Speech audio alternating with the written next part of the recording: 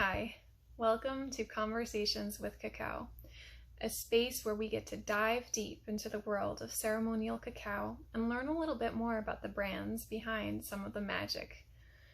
I am your host and the founder, Alexandra Gabrielle, and this month we will be spotlighting Prophecy Chocolate, a really magical company that works with ceremonial grade cacao from Peru, from the Andes regions.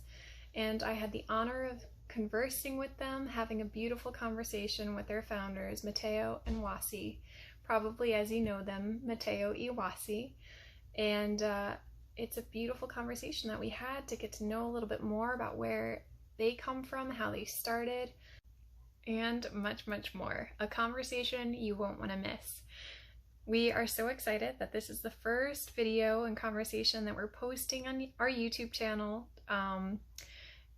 And have a listen. I wanted to give a disclosure. I'm very new to this world of filming and filming myself talking and interviewing people. So my apologies in the beginning. We were talking on Zoom and I started the Zoom interview and I hit record in a spot where I didn't fully introduce them. So I really wanted to give them the space to really give them the proper introduction that they deserve. And their cacao, their chocolate speaks for themselves. Grab your Prophecy chocolate today. Make sure you order in time for our interview and cacao circle with them next Monday, August 15th at 11 a.m. Eastern Time. And without further ado, I would love to get in and dive into the conversation with cacao with Prophecy chocolate. Thank you.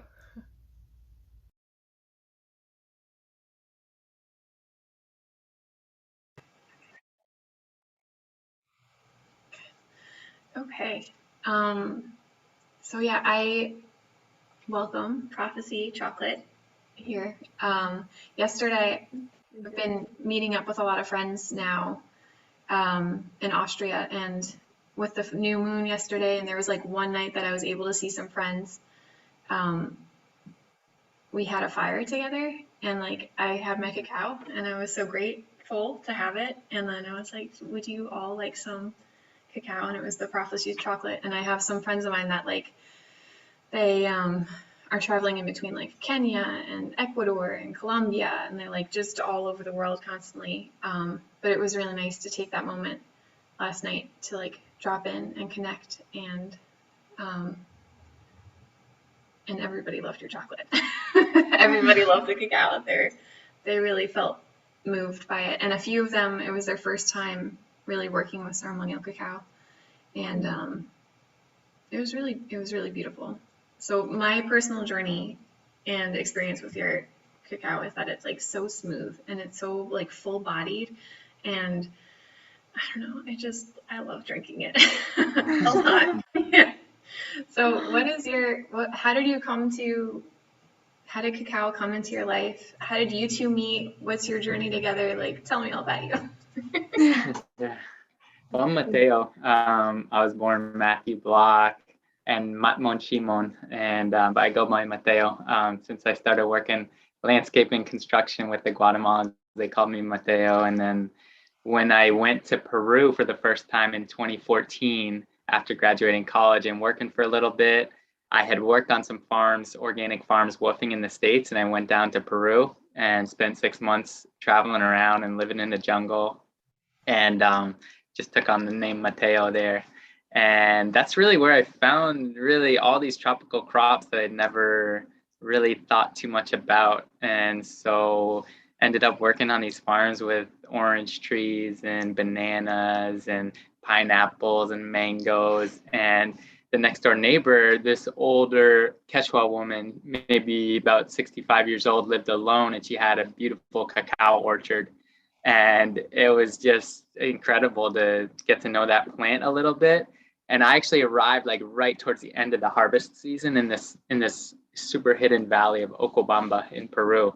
And where I really like learned about cacao was after playing a game of soccer with some of the local adolescents and young men. I invited them to come to this farm that I was staying at and kind of helping manage, mostly banana and a little bit of coffee. And the next day, two of them drove up on their motorcycles, Abimael and Kevin, and they became quickly like really good friends. And they brought a bag of cacao beans from Kevin's farm and this fresh harvested honeycomb from Abimael's farm. And in that process, we kind of just made some artisanal chocolate and roasted it, hand peeled it, and ground it. And that sort of began my journey with cacao. And never thought I would take it to this point where now I'm like importing and working with all these farmers and importing cacao beans and really sharing it with as many people as are interested. And so, yeah, that's kind of been quite a journey with a lot of stories in between since 2014. Yeah. And hi, I'm Wasi, and I grew up in the States, but I was born in Mexico, and so I had chocolate my whole life, and I've always loved chocolate. It was like my go-to for any sweets that I ever wanted. I wanted chocolate. But I never really, learned about like ceremonial cacao until a lot later in my life, even though I was drinking cacao growing up. And yeah, I think before I met Mateo, I was just really into like the dark chocolate and just like going. And honestly, before I met him, I hadn't like drank cacao in a very long time. So I think meeting him and like he had started Prophecy Chocolate, I think 3 months or 4 months prior to our meeting, it was kind of like destined because it like opened my journey a little bit more to myself, finding myself a little bit more, finding my center. And I mean, the cacao is such a pivotal part of my journey. I mean, I was going through a lot of like transitions. I was going through a lot of like healing from traumatic experiences. And the cacao really, really held me in a way that I wasn't expecting it to. Sometimes we think about like power medicines and we think about, like cannabis or like ayahuasca or mushrooms and things like that. But cacao helped me in ways that I can't really, thank that medicine enough, and it was very grounding and it was very loving and it was very soft on me in that process, but very much like always brought me back to the heart. So I really came into Prophecy Chocolate more from like a different perspective than like Mateo, who had been on the farms, who had seen it from that stage. And I came at it more from like, I guess like more just like an intuitive way, like I started to learn from the cacao and I'm like, okay, I'm going to learn from the cacao. I'm not going to like learn from anyone else. I'm just like here with this teacher and I'm going to see what she has to offer. So, yeah.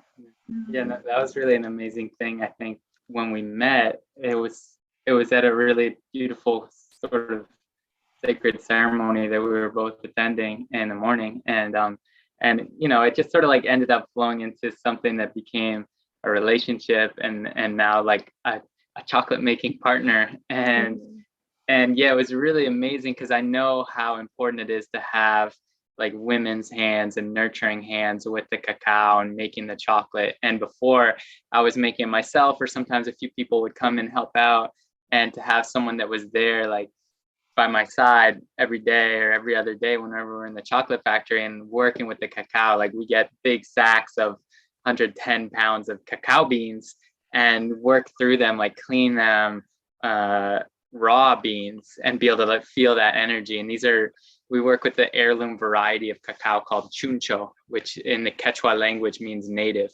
And there's a few other varieties we work with, but the chuncho was that variety that was growing on those farms in Okobamba the first time I ever met cacao. And I was like, it seems like there's something really special. So working with that, each cacao is different. The Chuncho is a family of cacao. So there's like maybe 25 or 30 different subgroupings within Chuncho of different families. And it's a really super wide genetic kind of diversity of cacao. So we get in cacao from different farmers, and they might all be Chuncho, but they look different, they feel different, they've maybe been fermented and dried slightly differently.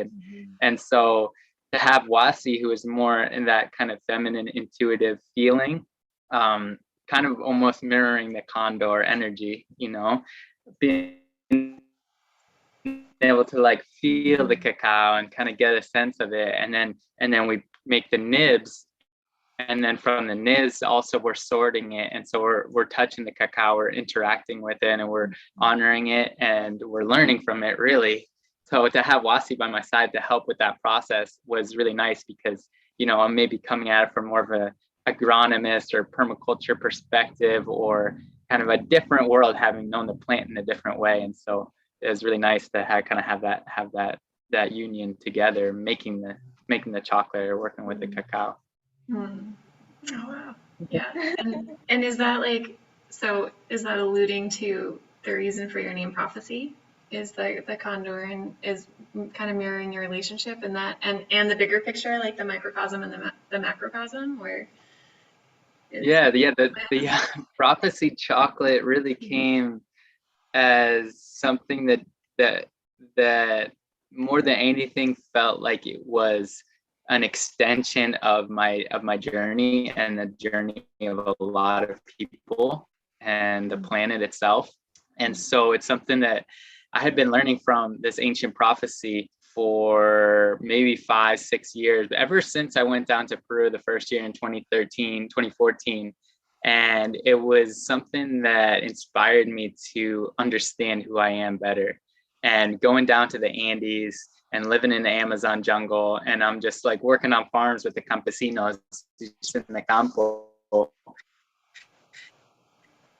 I realized what it was like to just get out of the live in that kind of ego mindset. And I was able to like actually feel and have such an experience where not just living in the heart, but just living in the body was something that was so profound and powerful, that I started to kind of do some like inner work with this whole idea of the ego condor prophecy.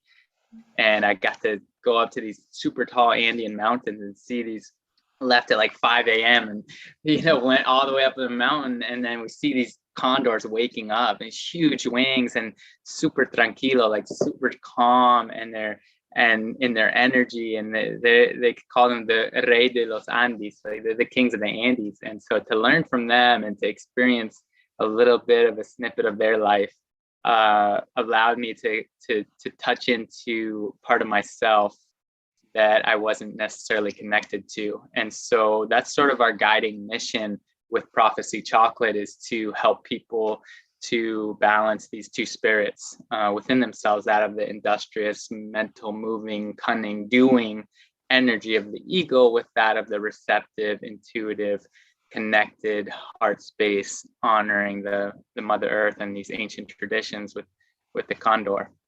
And the cacao, it just seems like such a perfect vehicle. Yeah, really.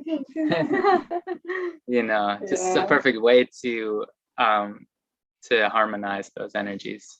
Yeah, I definitely feel that a lot too, and like just in my personal experience of like, she's helped, or your Mama Cacao has helped me to really become more embodied, and I feel like she's taught me to grow as the tree grows, like, and really allow myself to ground and get those roots down deep, where I was always very flighty and kind of just like all over the place, and I'm like, shoot up to the stars, like that's where I felt safe. And it was like, no, you're in a body, like you're here, you're on this physical earth, like connect with these energies, connect with with this body that I have here, like don't just be in here from here up, really go down. And that this medicine has been really grounding for me in that way. And Wasi, I have a lot of parallels, and like that chocolate has just been a part of my life for, like, if I look back now and I'm like, oh, it was there and there and there.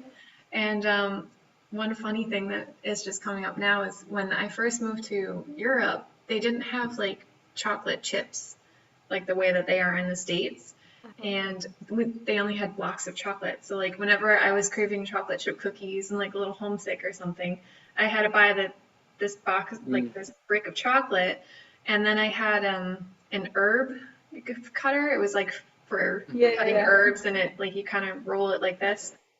And I always used it to make my chocolate chip cookies or to cook with chocolate there.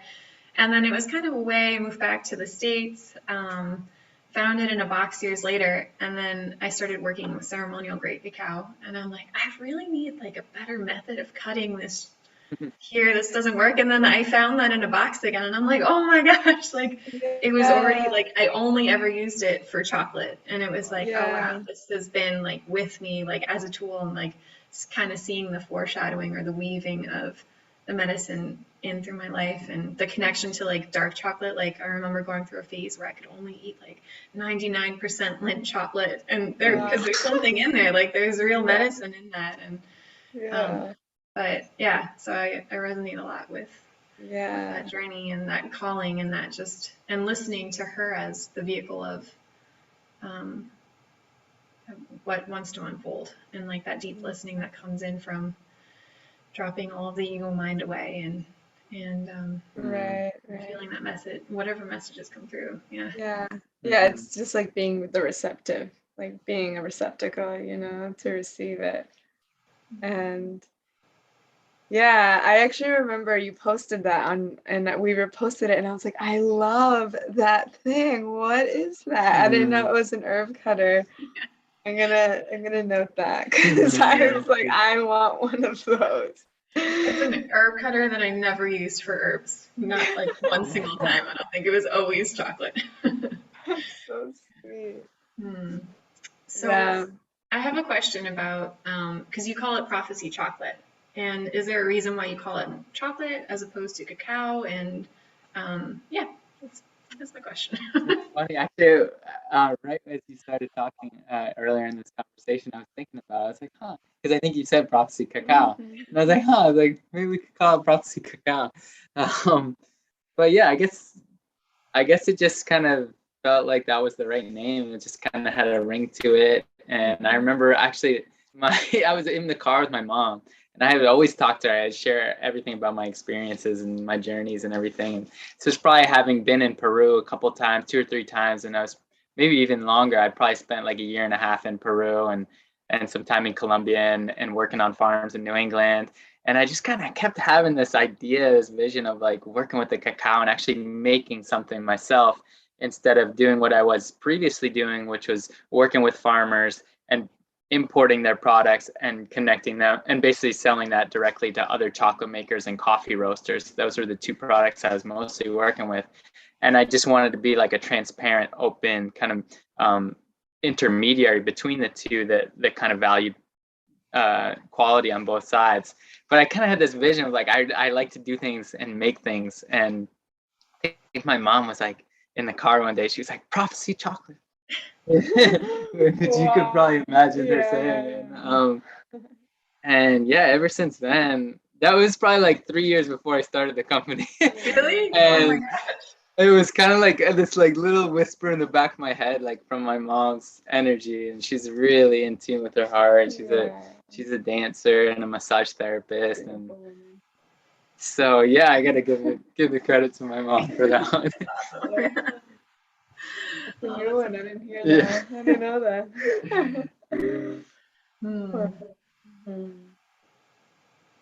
And it's interesting too, because there's so many other kind of things that are with sort of within or on the borders of the world of cacao and the world of chocolate. And chocolate seems like sort of almost more expansive to a certain degree. Cacao is like the cacao tree.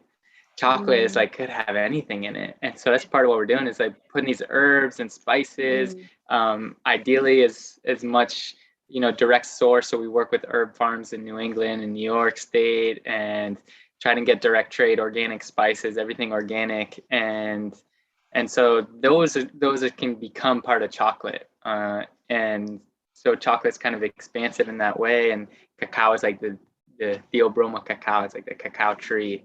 And chocolate even maybe can reference some pataste and the macambo and and to the Nahuatl word for chocolate was chocolat with an X. So there's some interlacing there. And very similar to German too. In German, it's Schokolade, and in French, chocolat. Yeah. Chocolat, yeah. It's coming. It's interesting to see like what words actually, because there's so much like Latin-based words and Germanic roots, but then you have certain words that are coming from like South America and these cultures that we don't really see the connection to. But I think also hurricane is one of the words that comes from. Oh, I did, yeah. And then it's interesting to hear like chocolat, like that's actually a word that's not. I never would have placed that there. Yeah. It's interesting traveling around Peru and Colombia. I always like going to the markets and learning about all the local herbs and fruits and vegetables and stuff like that. And so one of the ways you can kind of get a sense of like, was this something introduced or was this here way back when is what's the name for the plant? And a lot of times there's Quechua names. So even avocado, which is like aguacate in Mexico and throughout a lot of Latin America, they call palta in Peru and Chile and maybe Argentina too. And so it's like, oh, okay, so they probably had palta. Like if they had their own word for it that didn't come from another culture, maybe it was somehow there for a really long time. Oh, wow. And even I was talking to my friend recently who his wife is Shipibo and they live most of the time in the jungle of Peru, outside of Pucallpa, a little boat ride away. And I stayed on their land for a while. He had planted cacao trees like by seed maybe 20 years ago with some of his friends when he first found the land there. And I was asking him, I'm like, I know the natives had cacao in the Amazon jungle, because most people will say it's sort of plant origins are in the Amazon jungle, and somehow it traveled all throughout Mesoamerica and pretty much all around the Americas. You have native varieties, or maybe there wasn't too much sort of use of chocolate in the way we think of it in South America. That was kind of more located in Mesoamerica, Central America, as far as we know. But I was like, what's the Shipibo word for cacao? Like, do they have it? Do they call it cacao or chocolate, which would indicate that it's sort of like that culture is kind of brought by more the Mesoamericans? And he was like, oh, turampi.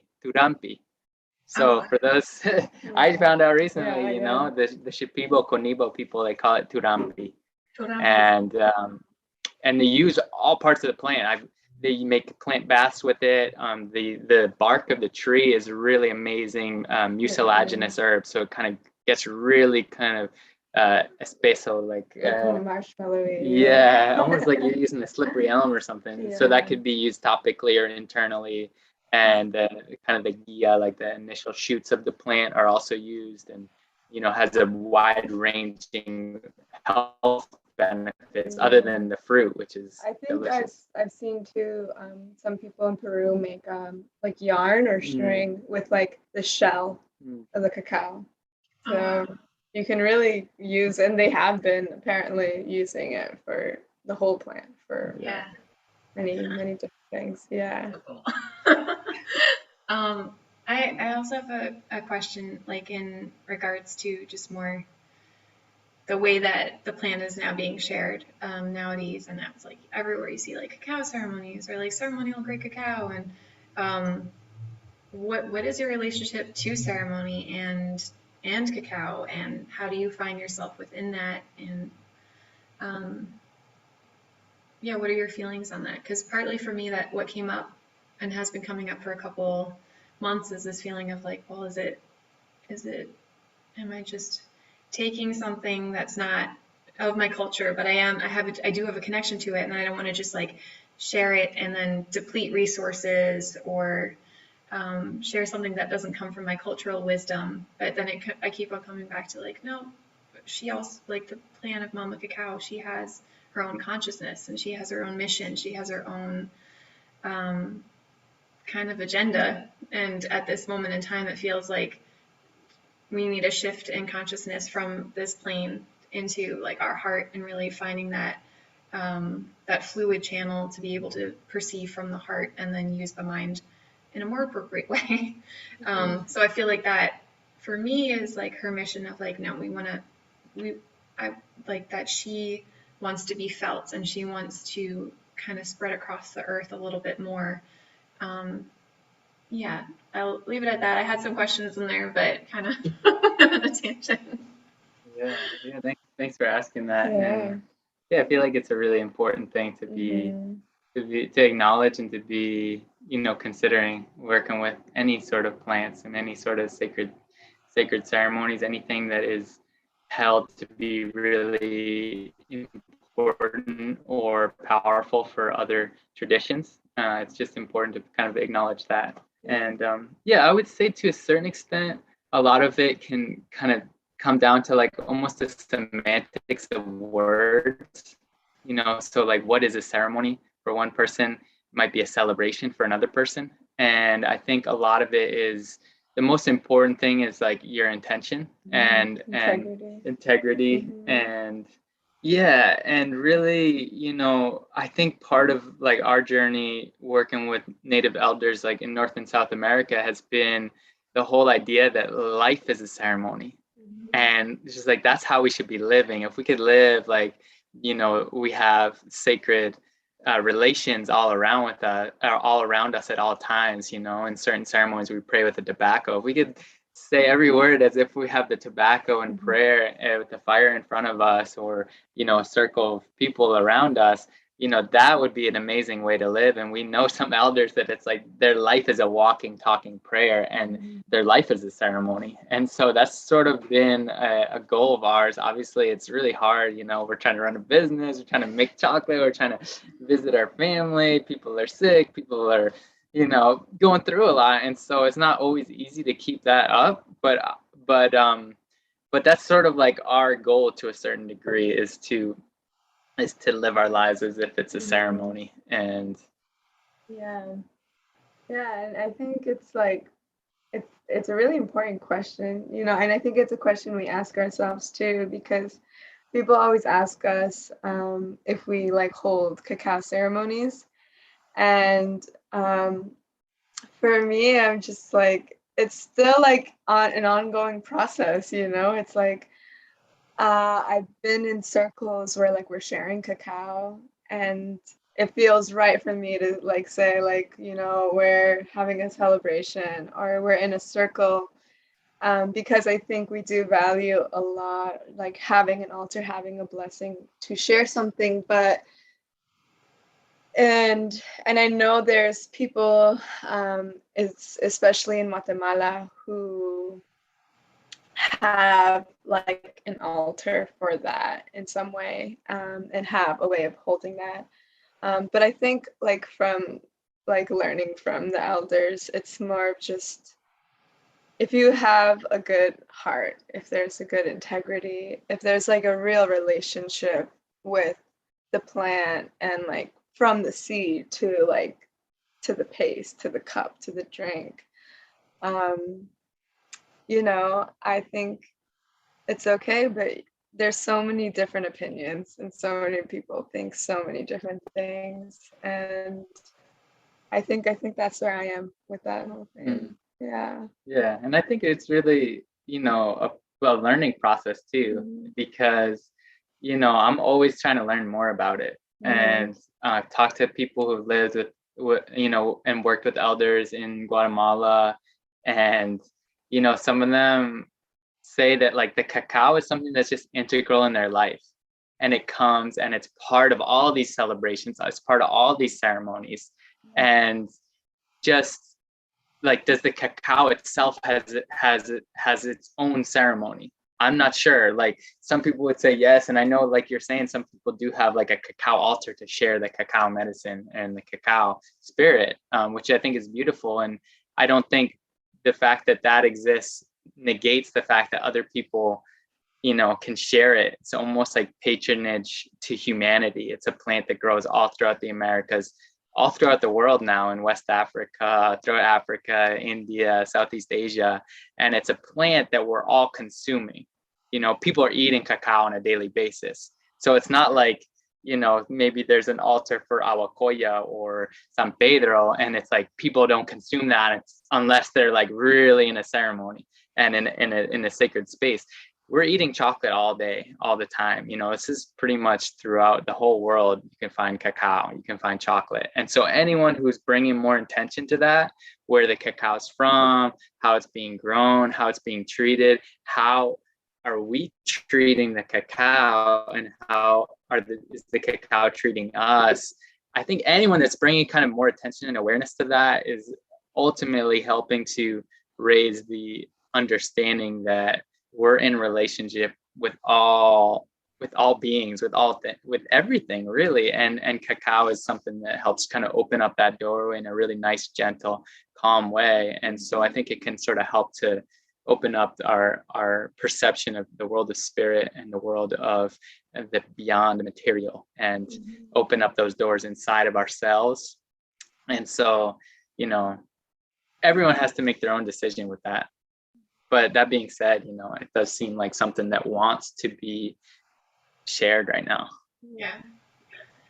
I love how you brought that in of like, yeah, we do in some form or another eat chocolate or consume cacao every single day. And then it's coming back to this kind of being in a culture of, I notice a lot in the States too, is like such a disconnection to your food, like not even knowing what the tree looks like that the chocolate comes from. I know that was like, I feel a little bit like embarrassed to admit, but I didn't know what like a chocolate fruit looked like until maybe like 5 years ago or something like that. But it was always there, like at least in Austria, they have a lot of consciousness around like fair trade, and it's very much using fair trade products, and they have like cacao pods and like all this stuff. Like now I see it everywhere. I'm like, it's a cacao pod, it's a cacao pod. But even just the connection to the food in the food store, like it's so, I find that there's a real disconnect from what we put into our bodies and with intention and where it comes from. And then that ties back into that if we really live life as a ceremony, it's that understanding of what you said, like we are all interconnected, that we are all one, that our food grows from the same earth. Like sometimes you have to, like I have to zoom out and be like, no, we're on like a planet that's floating in space, in nothingness, around a circle, like there has to be some real powerful consciousness to hold this all in place. And there's no way that we're not interconnected, because all of this is working and flowing without us needing to effort. Yeah, so that kind of helps me too, of just like we are all connected even through the foods that we eat, even if we're not consciously aware of what we're eating. It's still chocolate's still present, cacao is still present. Yeah. Oh, go ahead. No. This conversation made me think of a story. When we were in Mexico, we spent our last day because the flights were cheaper from going to Tulum or from Cancun to Boston. And we spent a day on the beach. And when we were there was this guy coming around selling jewelry. And I stopped to see the jewelry because he had some amber pieces. And I was like looking for amber. We were in Chiapas for a really long time, but there was just like this mess.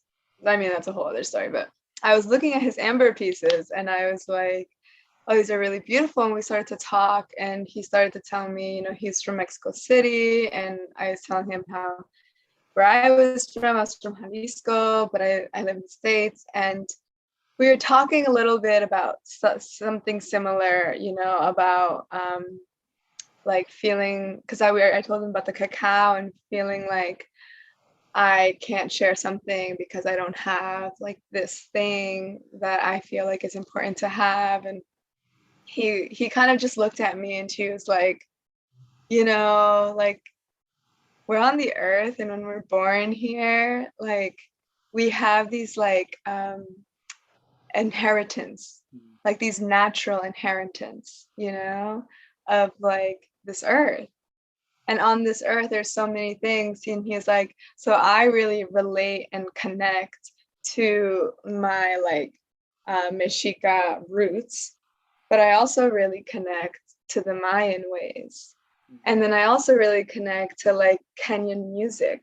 And he was like, he just built like this drum and he was like learning how to do that. And he's like, and he's like, and I feel like I'm here, I am a child like of this earth, and I inherited that just by that nature. And it kind of like shifted it a lot for me to see it through that perspective. And I think it's like a lot of like what you're saying and kind of this conversation, you know, it's like we're all here together. And in many ways, you know, there's rules and boundaries for reasons. But I think sometimes it's like we have to take a step back and remember like our place in the universe, our place on this earth, and be like, okay. Oh, that's really beautiful. Yeah. And I feel that a lot too in just being drawn to so many different cultures, and like the Mayan wisdom has been very present for me in the past few years. And then also my own feelings of like, well, I'm not Mayan, like should I be sharing this? The Mayans were only able to start practicing their wisdom in 1996, like without being persecuted and tortured, and like who am I again, like to be diving into that? And then there's still like this feeling of, but the way I grew up, that was something that I so craved. I so craved like wisdom of elders. I so craved like this people that really understood how to live with the earth, and who know how to listen, like really listen. And that's where my desire comes from. And I think a lot of people, we see it where my little sister, who's 14, I love her so much, but I remember one time she said, oh, she calls me Aya, and she's like, Aya, you're so cool, like you love crystals and cacao, like you'd be super popular on TikTok. She's like, spirituality is trending right now. And I was like, oh my God, oh my God. Like that says it all, like spirituality is trending. But why is it trending? Like if you're looking behind it, like what is this crave? There's like a deeper call because of this like separation, that we feel this need to come back together. At least I feel that too in community, and that was in smaller tribes. It was like held within this wisdom. And then so beautifully spoken that if this is all a gift to us because we're all on this earth, and that it's all here for us as well. Yeah. It's interesting because like you're saying, it's like trending to be spiritual, and a lot of the times we can get defensive because we think our own things, you know, we all have our opinions of like how it should be shared and what it should be, but I think it's important to look at the deeper calling. And I think it's important to realize that people are now really looking for connection, like true connection to themselves, and trying to find ways to do that, you know. So that's really beautiful. Yeah. Because it is like sometimes we, you know, for me personally, like I can get in my own things of like maybe these things shouldn't be shared like that, or you know, those things. And then I'm just like, no, like people are searching, you know, people are like, people want this. And, you know, there's like, it's been prophesized for like different, like indigenous nations that like there's going to be a time where people are going to seek these things out. People are going to go and seek, like, go to like the red man and seek then, you know, and like look for that way of living. They're going to become like all their medicines are going to be medicine for the world. And I think it's important to realize, like you said, kind of like cacao has its own consciousness. It has its own like energy. It's like moving, and it's like very aware of how it's moving, you know? So, and it's like in the same way, like a lot of these things have their own consciousness, and it's like a web that's being woven, and maybe a lot of us can't see why or how, but like it's happening for a reason. Yeah. Yeah, it seems to me like what you're talking about with the Mayans and certain native communities and tribes in North America too. One of the for me, what I think probably a lot of them think, and having visited different tribes in Peru, like the height of the honor and self-love and self-respect is to see the other come and then express interest, genuine interest, not like for TikTok, so you could take a picture and you run away and show your friend, but like real genuine interest in learning and respecting and being part of it and just being present with them, because that is a confirmation that a lot of these communities maybe didn't have for a really long time from the outside world. And you know, some elders in North America opened up ceremonies for people of the Rainbow Nation, like from all peoples, to partake in the ceremonies. And to a certain extent, it helps to ensure that these ceremonies and these ways of life and these traditions will be able to last many, many generations, you know, God willing. And yeah, so there's one other point that as you started talking, there was a hummingbird out the window. It's like flying. Yeah. Yeah. So yeah, it's actually the hummingbird really connects the eagle and condor in Central America. The hummingbird is the medicine that it travels north and south, and it's the warrior of light. Yeah. So a lot of times in the eagle condor prophecy, the hummingbird is the connector in the center in Central America. Oh wow. And so it's nice. So we got visited by Huitzilopochtli. Huitzilopochtli. Yeah, there you go. Yeah. That's like Nawat. Nawat, yeah. So yeah. So I think you know, as long as we do it with respect and honor, and we're really there to learn from them, and we can always kind of bring it back to the keepers of the knowledge and the people that passed it on when it was really difficult. Now maybe it's a little easier because you could write things down, you could take videos, and a lot of times that makes us have this surface level knowledge. But when you feel like, oh, I could always just read it in a book, I could always Google it, the knowledge doesn't go deeper inside you. And so a lot of times the oral traditions are the way that like the soul into the bones, into like the being of the person. And a lot of times, you know, you quick Google search, you know, it's not really integrating deeply, but if you're living and you're walking that way, it'll integrate deeply. And what I was going to say is a lot of times, like in all traditions, there's esoteric knowledge, which is sort of like hidden knowledge that's shared only amongst certain people, maybe like priestly class or certain families or certain people who have undergone an initiation. There's exoteric knowledge, which is basically just kind of knowledge for the people, you know, that's just open for everyone and out there. And so I think what you see now, especially with the internet and with people wanting to share, there's a lot of esoteric knowledge and wisdom that's kind of being opened up to people. And I think to a certain extent, that's really important because we're craving that as a society, as a culture, because we've lived without that kind of, you know, important divine respect and all those kind of traditions that are in that esoteric kind of hidden landscape. And I think to a certain extent, they needed to remain hidden, a lot of them, because brought to light, like you're saying, only recently a lot of the Mayan traditions have been able to come back to light. And you know, with the sun dances and a lot of different traditions throughout the Americas and throughout the world, it hasn't been safe and right for those traditions to come forth. But now it definitely seems like the place where some of that esoteric wisdom, maybe not all of it, but some of it is being opened up to the public, and more so to those that kind of travel, seek it out in a respectful, loving, heart-centered way,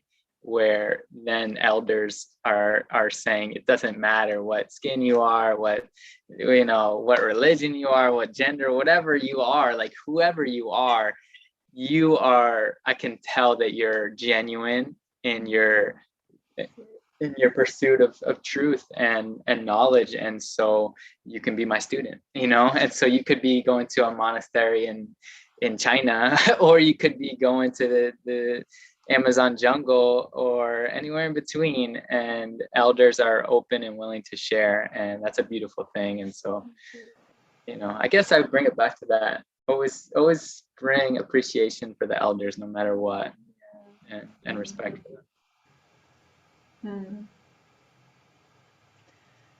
That came up in a conversation with another friend of mine yesterday, actually, after the cacao circle that we had. We're just sharing. I was just drinking cacao, and but we were talking about that lack of reverence for the elders in the society that at least I grew up in, and that it's almost like the wisdom is devalued. Like, you don't know anything, and it's kind of like put down or really not honored. And I think the honoring of the elders comes from such a space of cultivating so much trust, and like this feeling of trust is this emanation of like trusting the divine. And these are the people that have lived through life, and they have experiences, and they know because they've lived, they've seen. And I think for me, trust is one of the things that I've been working on a lot for the past like couple of years, and just noticing the spaces where I don't trust as much, and relearning like what does it mean to surrender, like to be like the baby. And like I have a little daughter, she's 8 years old now, but when she was a baby, I was like looking at her like, man, she's so trusting, like she's just like sleeping wherever, like in my arms, just full surrender and full trust. And I feel like for me, what calls me to the wisdom also of the elders is that trust in the divine that they cultivate. There's this understanding. It's like, no, it's there, it's real. We got you. You're held. Yeah. So Absolutely. Yeah. I think part of that, when we were talking about it the other day, is like trust in life itself, and trust and sort of an acceptance to a certain degree. It's like accepting your role of being yourself here in your body, in everything that you are, and just trusting that you're here for a reason. And yeah, this woman we met, she works a lot with youth, with suicidal thoughts or mental problems, and I think we asked her, like, what do you say when they we asked her, because she works with a lot of kids in foster care as well and stuff like that, and we asked her what does she say to a child who's suicidal. And yeah, I believe she said the only reason you're having those thoughts is because you don't know yourself yet. Yeah, you don't know who you are. You don't know who you are. Because if you knew who you are, then you know you're here for a reason. And like that was very profound for me. And she was an elder for sure. I mean, she's a grandmother, and it was really profound. And I was like, wow, like it was like very soothing to my own inner child who had those thoughts too. And I was like, oh wow, that's very true. And it's very simple, it's like not, in the works, and like dealing with it, it can be a bit more complex. But the what she said was very simple. It's like you don't know who you are, and that's it. There's no connection. You don't know who you are, then you don't know who you are in relation to anything else. And yeah, it was really deep for me. I was like, oh, okay. Okay, Grandma. Yeah, that's medicine right there for me, right? Too, that struck home.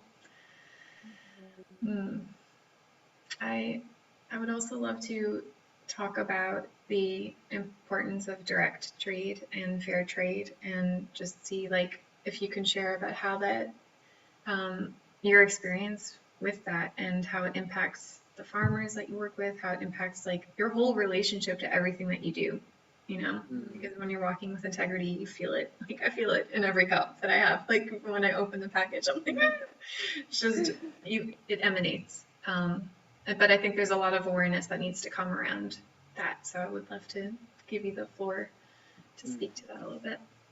Yeah, thank you so much. And yeah, there's so many like different words that could be used with it, and fair trade direct trade or organic or all these different certifications. I know there's also a lot like UTZ, and being in the world of coffee more so than cacao, I saw these labels everywhere, and just to break it down a little bit, most all of the cacao that we source comes from the Departamento de Cusco. So that's basically like the state of Cusco. And Cusco is a pretty large state. And the state of Cusco is divided up into different provincias, provinces. And the provinces are quite large too. So the Provincia de la Convención, the La Convención province within the state of Cusco, is where we source almost all the cacao that we have. And so that Provincia de la Convención is about the size of Massachusetts.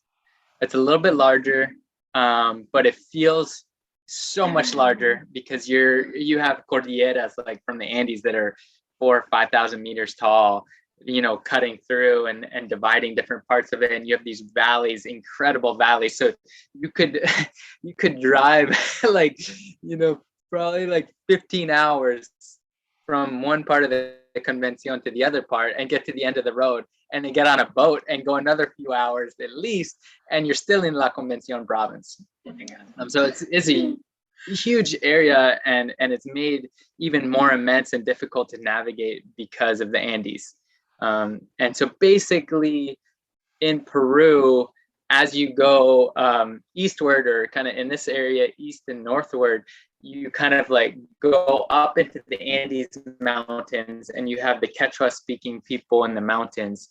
And, you got your classic Andean crops like potatoes and quinoa and amaranth and corn, and super high elevation maca in certain areas, and vegetables and all sorts of tarwi and amazing, mashua, oca, oyuco. I could go on and on. They have incredible, super vibrant, beautiful products that grow up in the Andes. And as you kind of traverse the Andes and you go over the Andes and you start dropping down, you are slowly dropping into the Amazon River basin.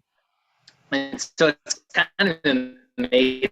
You have like the Andes, let's say it's like that, one mountain, and you have a drop of rain that falls on level up into the Pacific Ocean, and it's going to travel slowly down that way, and it's pretty close. And you have a drop that's just on the other side of the mountain. That water is eventually going to reach into the Amazon river watershed and eventually exit out near Brazil and in the Atlantic Ocean.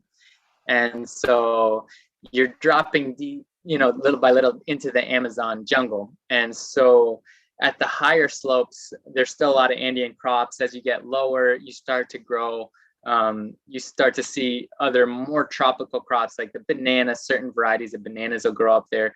There's where you have your coffee, your chirimoyas, different fruits, the passion fruits. They were really amazing, granadilla, passion fruit.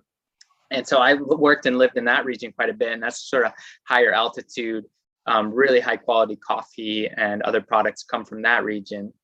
And then as you go deeper into the jungle, you start to see cacao. And so the cacao grows basically anywhere 1,600 meters, which is almost about 5,000 feet down to sea level. And so interestingly enough, the cacao in this area of Peru is all of this chuncho cacao is native to the jungle. So it's native to the tribes there, the Machiguenga and the Pirus tribes. And so those were the tribes that originally wild harvested or maybe cultivated some of this chuncho cacao. And chuncho is a Quechua word, it means native. So the Quechua speakers who were living in this area, downriver from Machu Picchu, near other sacred sites like Espiritu Pampa and Huaman Marca and other areas, they were always trading with the people in the jungle. And the Quechua mountain speakers, they couldn't really ever make, like the Incas were big territory, kind of a powerful force. They never really made it into the jungle because the jungle is super unforgiving and really intense and difficult to live in. The Machiguenga were experts, as were the Pirus. So they traded and they received cacao beans from the Machiguenga. who were the closest up, and there was trade. So these Quechua speakers started planting the cacao, and they planted it all over La Convención in the lower areas where the cacao could grow, because you get to a certain level and it won't grow. But they planted it at really high altitudes, like 1,600 meters is super, super high up for any sort of cacao to grow. Most cacao in the world is like, you know, a little bit above sea level, maybe like 500 meters maximum, you know. And there's certain parts in the world that grow really high altitude cacao. So this cacao is growing really high up. Some of the highest ones that we source cacao from are maybe like 14, 15, 1,600 meters. And then we also work with certain groups that are further downriver in the jungle, and they grow cacao at a more moderate altitude. Yeah, so I just, to go back, because I love this story, the Quechua speakers started planting cacao, and this was maybe, some of them started 50 years ago, some 80, some maybe a little over 100 years ago, and perhaps a long time ago in the region, more, you know, a few hundred years ago, maybe there were some older ancient plantations. So they started planting cacao, and they planted it in a different way than they plant it now, where they would literally take a pod, open it up, take the seeds out, and put them in the ground.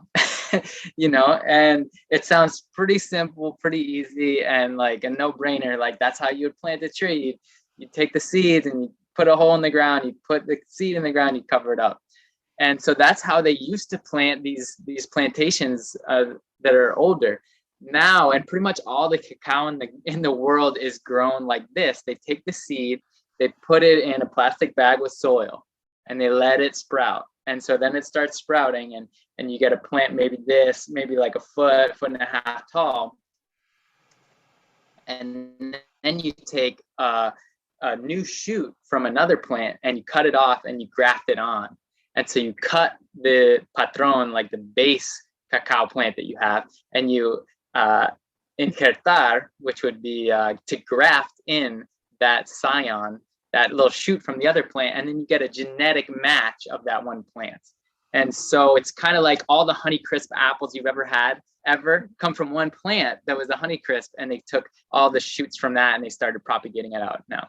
And so most of the cacao is grown in that way, where you'll have specific varieties that will be grafted on, and it'll be a genetic exact replica. Whereas the cacao chuncho and a lot of cacaos that were probably planted throughout the Americas, you know, 100 plus years ago, they just put the seeds in the ground, and whatever came up, came up. They never grafted it. They never took it from this plastic bag, ripped off the plastic bag, transplanted it into the ground, creating some sort of shock. And they didn't really prune it in the same way that most of the cacao is pruned. So one of the reasons you'd graft it is that the tree grows a lot shorter. And so it's a little bit easier to manage, easier to harvest. You can prune it a little bit better, and they have like this like nice copas, they call it, like a nice, you know, open foliage and open branching system to make the ease of harvest better. And so these cacao, a lot of these plants were you know, planted by seed, and the cacao grows straight up. Like, I've seen cacao in the jungle, and it could be like 40 feet tall before there's any branches. Lateral branch, it could grow really 50, 60 feet tall. And so when you give it a little bit more sun, it's going to grow a little shorter, but it still can grow really tall. And so we work with cacao farmers in this region of La Convención, and we work with a number of different farmers within that network. And so from my experience working and talking with these farmers and visiting probably literally 100 farms in this region, most, if not, yeah, I would say most, maybe 80 to 85% of them belong to a cooperative, cooperativas. And there's a lot of cooperatives in the region, and a lot of them will have a fair trade certification, organic certification, and any other sort of certifications like the EUTZ or Rainforest Alliance. And so if they sell their cacao or their coffee, Those are the two main crops. There's also achiote, which is annatto spice that people grow in the region. If they sell their cacao to the cooperative will pay them a certain amount now and a certain amount at the end once all the cacao is sold. And the idea is that since they're selling it organic, fair trade, whatever, they get like an increase, a little bit of an increase over the market rate. In reality, a lot of these farmers that belong to the cooperatives also sell cacao to intermediaries or comerciantes, and I'll purchase it from you. And sometimes the comerciantes with no certification at all pay a higher price than they would get from the cooperative. And so some of the farmers are super cooperativistas. They're like super loyal to the cooperative and they trust it and they go with that. And other farmers are like, I'm just gonna sell my cacao, my product to whoever pays a better price. So working with the cooperatives was something that I quickly saw like wasn't necessarily what I was looking to do, seeing as a lot of the farmers had some gripes with the cooperatives. And I think had I been buying like 5 containers at a time, 10 containers, like huge amounts, like, 100,000 pounds or something like that, there's almost no way to get around it other than working with the cooperatives. And they do offer a certain amount of, a surety that there's a fair trade, organic, and there's certain benefit, but I don't trust that system quite as much as I do trusting other systems, which is working either directly with the farmers. So there's a few farmers that we work directly with the farmers, and they harvest their cacao and they ferment their cacao and they dry their cacao and they store their cacao all on their own farm. And so that's a really amazing system because the farmer's able to keep a little bit more of the profit in it, doing all those steps themselves. And they're also able to have a little bit more traceability of when was this harvested, which trees did we harvest, how was it fermented, and they could kind of have that traceability. So that's one of the sources of our cacao is single farmers like Efrain Puma and Juan Laura. And so we work some with individual farmers, and actually Efrain Puma just won some award for the most recent like Salón de Chocolate in Peru, the kind of chocolate awards. And so they've been working really hard, and they also make their own chocolate and they make their own pasta pura. They make their own kind of 100% cacao, which is really beautiful.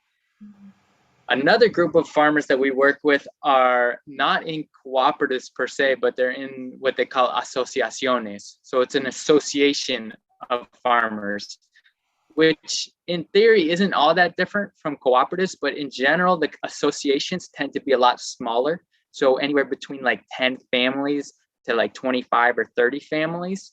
And so what happens in an association is they can receive cacao from all their different socios, from all their different partner farmers, and process it at a central location to have kind of a standard quality that they're offering. And they can have traceability with organic certification as well. But there's not this huge bureaucratic system that's built up like there is in a cooperative, where you have people at a lot of different levels, earning a salary for some, sometimes for really good reason, but they're a little bit leaner, and usually the farmer's able to have more of a ownership and a direct benefit from being in an association. So we work with the APECMU, the Asociación de Productores del Medio Urubamba. So that's like the middle Urubamba, right before you go to the lowland jungle, really beautiful region there near Ivochote, and really downriver, beautiful. We've worked in the past with this with the Asociación in Chaguares as well, which is a little bit higher up, a kind of a drier zone, really beautiful area. And another one in Tintiniquiato, which is, there's all these different kind of river valleys and cuencas, they call them, like little trips up the mountain. So we work with some of those.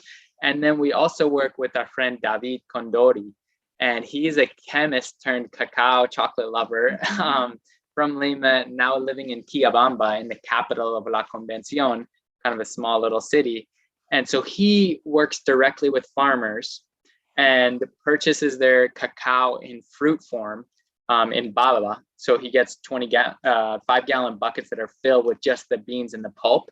And he brings it to his central fermentation facility in Quillabamba and manages the entire process in a very strict and rigorous and beautiful way. And he's able to achieve a higher quality of fermentation and drying than the farmers would be able to do on themselves because of the expertise that he has to a certain degree, but also it's a lot warmer where he processes the cacao. And in the mountains where some of these farms are, it gets so cold at night, it kind of like kills and stagnates the fermentation. And so that can be a problem. And so David, I've connected him with some farmers that I have worked with in the past in Ocobamba. And now he's working directly with those farmers, purchasing their cacao in fruit form and fermenting it himself. And he's really like on this mission to support farmers in the best way possible. And so he pays well above, and any fair trade premium would pay. And he also does a lot of workshops. So he'll go to these other associations of farmers that I mentioned, and he'll give workshops explaining best practices in harvest, post-harvest processing, like the fermentation, the drying, and the storage. And so, yeah, basically that's, I would say, the three groups of suppliers of farmers that we work with directly with the farmers, with small associations of farmers, and with someone like David Condori, who is sort of working as a central facility to make really high quality cacao. Oh, that's super interesting. Thank you for breaking it down like that. Like that's really good to know. I knew like a little bit. I didn't know it in that detail though, but so thank you for that. And it's also nice to know where your sourcing comes from too. And then when it comes, like when you get the fermented and roasted cacao beans sent to Massachusetts? So we import the fermented and dried cacao beans. Okay. And so unroasted, actually we're working on another import right now, but this is like an example of one of the sacks we'll get, So cacao beans from Cusco, 50 kilo, which is 110 pounds. And then we work with our friends, Alberto and Cynthia from Collective Bean. Alberto and Cynthia. Yeah. Collective Bean. So they're basically doing everything I used to do when I was living in Peru, and they're doing it much better than I used to do it. So they're coordinating everything and basically getting everything from these different farms in these different regions. And like, for example, this is Theobroma bicolor. These are Macambo beans, pataste. This is Jaguar cacao. They're really, really amazing. They help coordinate getting these beans from Mishki, which is a farm in the north near Tarapoto.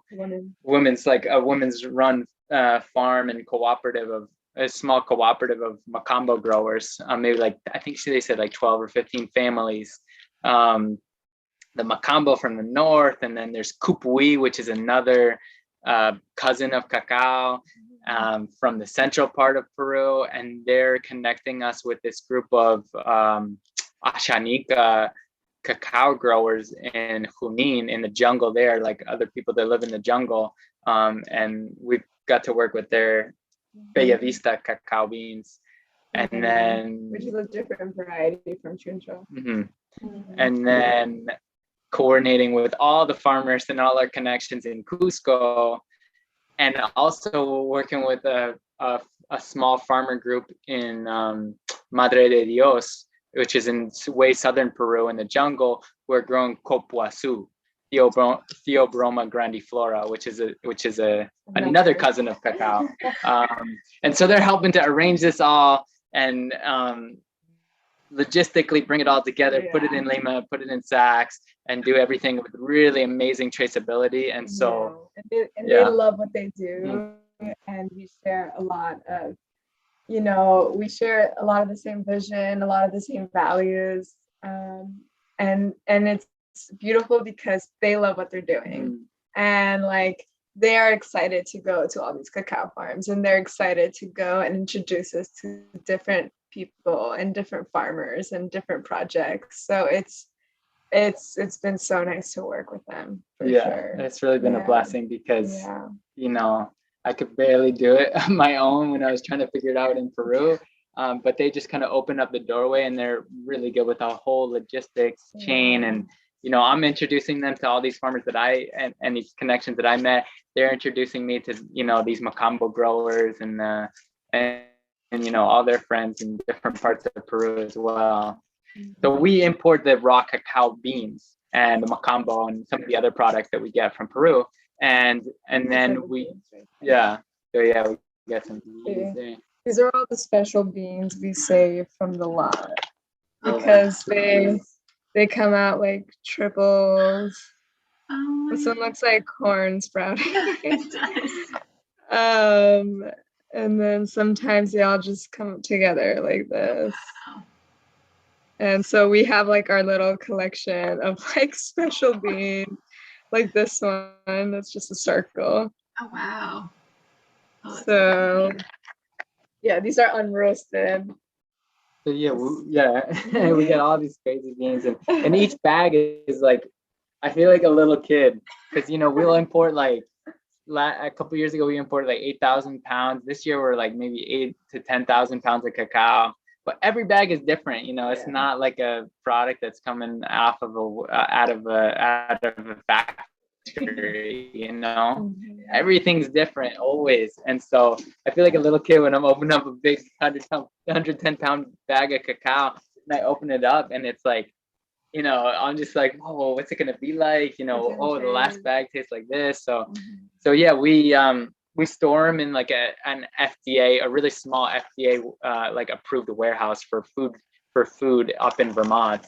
And then whenever we'll bring down maybe like, you know, 800 to 1,000 pounds of time to the Boston area where we make the chocolate.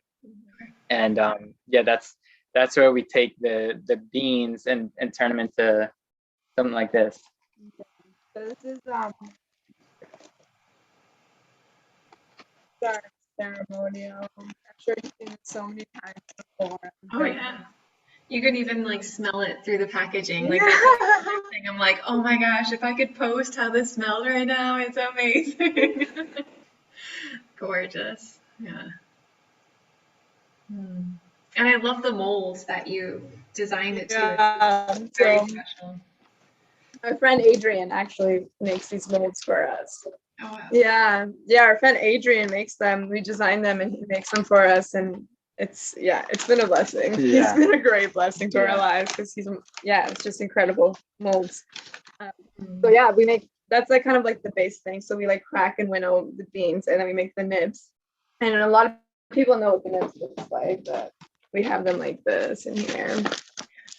And there we just put them in the grinder, and that's the ceremonial. It's just 100% cacao, and a lot of like in the back we write the names of the regions. Or the farm name. Yeah. So Ephraim's farm is Sol Naciente, so you know, it'll say Sol Naciente, or it'll say Chaguares, or you know, you try to, you know, just put the seed there, like where it comes from. I have to see. I'm gonna grab mine right now, just for a second. Yeah. Like, which one is this in here? I have one. Oh, here. This one. Apekmu. So let's start drinking right now. Yeah, beautiful. Yeah, so are we actually. We've got the APECMA is the Asociación de Productores del Medio Urubamba, so the Middle Urubamba River, right before you go to the lowland jungle. So we're actually something that we kind of been working out is like a slightly different mold. So these are little discs of 100% pure cacao that you go in Condor there. And so we just put like, it's kind of a single serving. So we're drinking one of these from APECMA. And honestly, like, we are learning so much from the cacao. I've been making chocolates like on the farm since 2014, and I've been making chocolates like the chocolate bars. We make different chocolate bars too, and we use natural sweeteners like maple sugar and and coconut sugar, and we add chaga and wild made blueberries and herbs. Like this has rose petals and dandelion root and panela and all sorts of different spices, all different products. Those are my two favorites there. Yeah, I know. We do send these to you. Yeah, and the blue lotus, and then we also have some sweeter ones. These are mostly like the kids love this. Like everyone's kids like these. And my family, who doesn't really like dark chocolate, surprisingly enough, they like these too. So it's like the coconut milk and the golden milk white. But yeah, we love the plants and we love working with herbs. So it's like really nice to have cacao as a vehicle, because it's as it is a vasodilator. It's a really good vehicle for which like it opens up the vessels to absorb whatever's coming in the body. So if you're putting in a bunch of good herbs, like your body's going to absorb that better because of the full fat of the ceremonial. That makes so much sense, but I never took my brain processing that step further to think of like, oh, the spices I include in it also get absorbed. Yeah, it's an amazing potentiator, and so I think that's why the cacao was always used in ceremonial context. Is like to a certain extent to potentiate the other plants in the ceremonies, whatever ceremony may be, but also as just like an energetic potentiator of all the things that it's around. And yeah, it's really amazing in that way. I heard this man from Colombia describe it once as like you cut the cacao pod in half, and what do you have is like a little canoe. And like, what is the canoe used for? It's like for moving, for transporting, for holding, for carrying. And it's like that's exactly what the cacao is, because it's really like it's literally, for me, it's like one of the definitions of like food medicine. It's like super rich and nutrient dense with all these different nutrients, but it also has this kind of like medicinal quality. But for me, it's like the real beauty of the cacao is for it to be like a vehicle, a little canoe for everything else that you sprinkle within it. And that could be anything you want, really. But traditionally, vanilla, chili peppers, there's tons of really amazing herbs all throughout Mesoamerica that were used with cacao. And corn, of course, too. Like corn and cacao go together like salt and pepper. Yeah, seriously. Yeah, when we were down in Chiapas this winter, we got introduced to pozol, which is a cacao drink where it's corn and cacao with water and spices and sweetener if you want. And it was so good. We actually met a really good friend. Oh my gosh, what was his name? Mr. Pozol. Cesar. It was so sweet. I mean, he was just incredible. And when he told me he was 15, I couldn't believe it, because he is very wise and very much on a good path. And he has a shop with his mom in San Cristobal de Casas in Chiapas. If anyone who's watching this will go. And it's called Señor Pozol, and it's very good. And they serve it in these little like coconut shell things. Very traditional, and like they're very connected too, so it's really sweet, him and his mom. And they introduced us to pozol. We were like hearing about the pozol, and we're like, we need to have some of this. So we went there and we tried the pozol, and I love it. I mean, I love corn, and I love cacao, so like you just mix my two favorite things together. And I think he had put like cinnamon and I don't know what else was in there. And it's like very like it's like a meal, because it has the cornmeal and it has the cacao and like the fat of the cacao. It's like you drink it and you're like not hungry after. And when we went to this like small little like village in the jungle of Chiapas, there's like a family who we were staying with, and they grew cacao. And they said like they would make the masa, like the corn masa, and the farmers would just bring it in like with the cacao, and the farmers would just bring it like to their work in still physical form and just like mix it whenever like they had their lunch. And it was like to sustain them like to keep them full, but also the cacao to give them energy to like continue working. So it was really cool. And the mother of that family told us too that sometimes they'll leave it out to ferment, like the masa. They'll leave it out to ferment for a few days for anyone who has any stomach ache, stomach issue, digestion issue. They will drink the fermented masa, Oh, wow. like as like a medicine from the fermentation, but also like sustenance, because you don't really want to eat when you have like those pains. So Yeah. Oh, it was really cool. super cool. And also like the element too, that which I know specifically from the Mayas, is that cacao is the feminine energy and corn is the masculine, and it's the combination of like that the divine masculine feminine balance like within that held and in that connection. So that symbolism too. We've been talking a lot about like these kind of intertwining of relationships between cacao and corn that both sort of came from the same part of the world and were often consumed together. And corn, arguably like one of the most sacred plants of the Americas, north and south. You go anywhere, you find corn.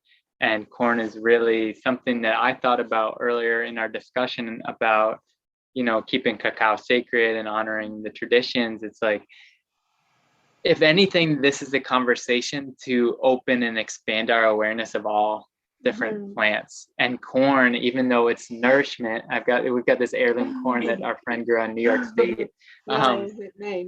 This is Dylan. Okay, who's actually mine. He's half mine. Yeah, so his so this corn is something that we should approach corn with as much respect as we approach cacao, and so where's our corn coming from?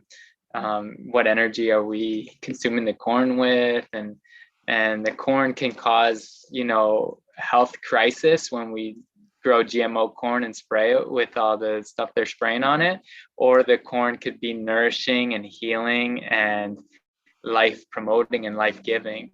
And so I think it's the same thing. And in an amazing way, cacao and corn are just the most divine combination. And I would have never thought about that growing up, that like chocolate and corn, what?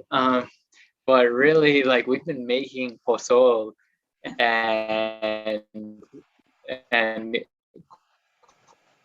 even really like cold. I like really now that and the iced pozole, like the cold pozole, is really really tasty. And it does seem kind of balancing in that way, like you're saying, like the corn just grows straight up and the ears are like this, and the cacao is like, the seeds are on the outside. The cacao is kind of drooping and like kind of hanging, and the seeds are in the inside. And so like you're saying, they kind of like come together in a really beautiful alchemistic way that provides so much nourishment, benefit, and connection for us.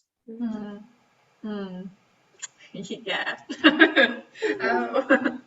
And also, just speaking of like to the corn and that, and then the same has happened with tobacco as well. Taking the sacred nature of this and exploiting it and using it and oversharing it, where it's like all these plants that have these very medicinal, powerful healing properties. And then that whenever we talk about it, and I've been like, what are like the most sacred plants of the Americas, north and south, like from Alaska to this, and it's Patagonia. Like to Patagonia, like Tierra del Fuego. Like the two that we come up with is like corn and tobacco. Like maybe not all nations and all peoples had them at all times, but pretty universal and something that we've lost that connection with. I remember reading recently that tobacco was the first plant to be genetically modified in the 80s. And the amount that it's sprayed and the amount it's mixed with everything, it's like a fine sword, and it could easily go to the side of harm and destruction, especially when we're treating it the way we are. Because we're harming it. I think it all comes down to our relationship, with the plant and how we're relating to that plant. And, these like huge companies are like spraying it. They had modified it. They've they think they don't recognize the consciousness and like the spirit of the medicine. So they're doing all these things to it, and in return they're creating a very harmful thing, you know, not just for the people consuming the tobacco in that way, but also to the earth that's growing it, and to the waters, and to all the animals that are going to be there, and to all the humans that live there. So it's like, it's really about relationship, because you take the other side of the spectrum, and if someone really respects the tobacco, and someone grows it in a good way, and someone processes it in a good way, and it's consumed in a good way, it's going to be good, you know. And there's, I mean, tobacco is so medicinal, you know, in so many ways. But I think part of that relationship that's been lost is like the giving back, and just like for a moment, instead of always taking from the Madre Tierra, the Pachamama, from the Mother Earth, is like just take a moment, take a breath, and like actually give something back. And so in all native cultures, in all places around the globe, there's always a respect and a thanking of that reciprocity. And so that's one of the most amazing ways that you can use corn or tobacco, is not consuming it, but actually giving it back, because these are gifts from the earth that are here for us. And so to take these precious gifts, this nourishment and this connection with spirit, and to like offer it back to the earth in thanks, in appreciation, I think that's something that's really missing too, and something that I learned a lot from the people down in South America. Like even before they drink, like we're drinking water, we're drinking chicha, which is like a fermented corn. Before we drink, like we're always giving a little bit to the Pachamama. It's like acknowledging that relationship. And same thing with growing, you know, or harvesting. There's always like an exchange. And once it starts to become too one-sided, of like we take and we take and we take on, then there's not that relationship of balance, you know. And it's sort of, to a certain extent, we've seen that in the reflection of what's happening in the world. Yeah. And definitely looking at that too, like what came up as you were speaking is like this, if we use these the consciousnesses of the plants to kind of reflect our own inner state, like if tobacco is representative of like the masculine and the offering, seeing how it's like been distorted through our perception of what the masculine is and how it's showing up. And it's like seeing it, at least in North America a lot, the distortion of the masculine in society. And it's like the way we're treating the plant is the reflection of our perception of the masculine and how it's showing up, if that makes sense. And also just the corn, the exploitation of this, it's like we're treating these sacred plants the way that we're treating ourselves within the society. And that the antidote is really that reciprocity. It's that taking a moment to come present and like remember, oh, thank you, I'm receiving this from a living being. Offering me this and giving back. And and not just thinking about ourselves, thinking about like the future, you know, thinking about the children, thinking about those who aren't here yet but will be here one day. And thinking about, I think that's where a lot of like the destruction of the earth is. It's like too much of a short-minded, like there's like no foresight into the future. It's just like for now. So it's quick and it's destructive, and like in the long term, it will never survive. And I think it's about, you know, like in the just native traditions, they're always thinking ahead. They're always thinking about the future generations.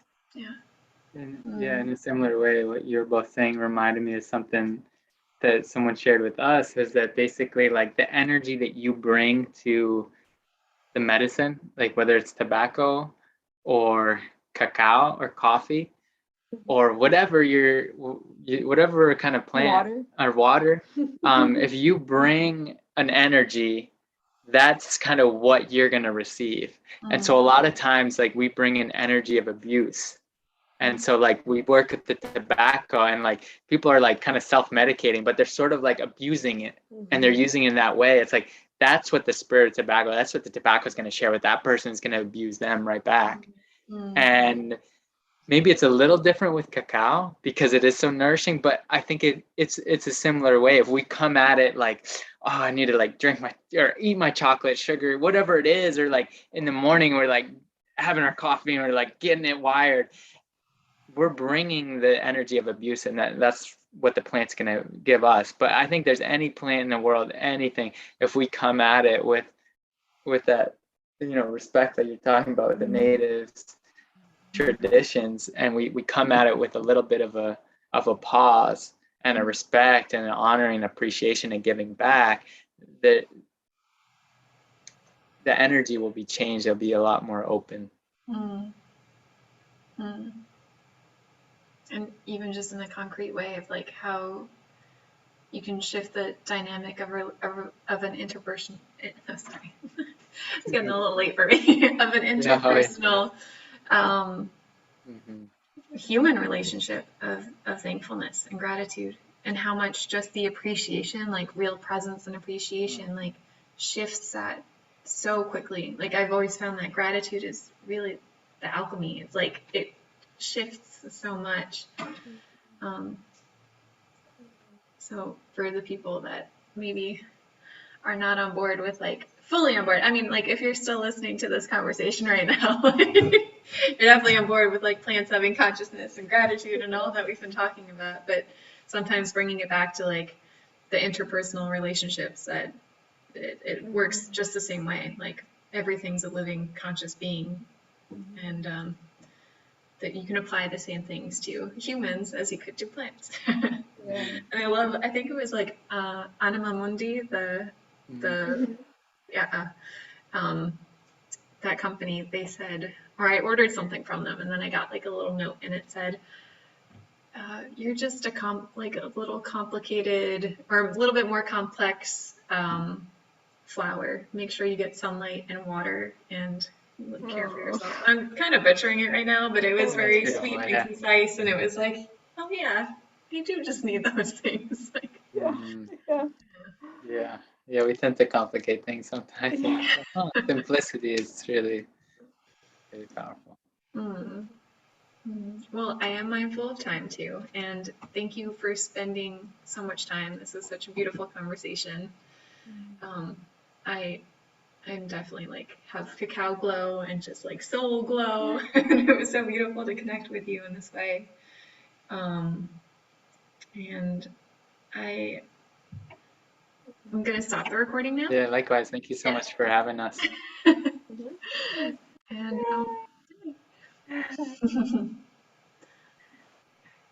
okay. Did it? No. Sorry.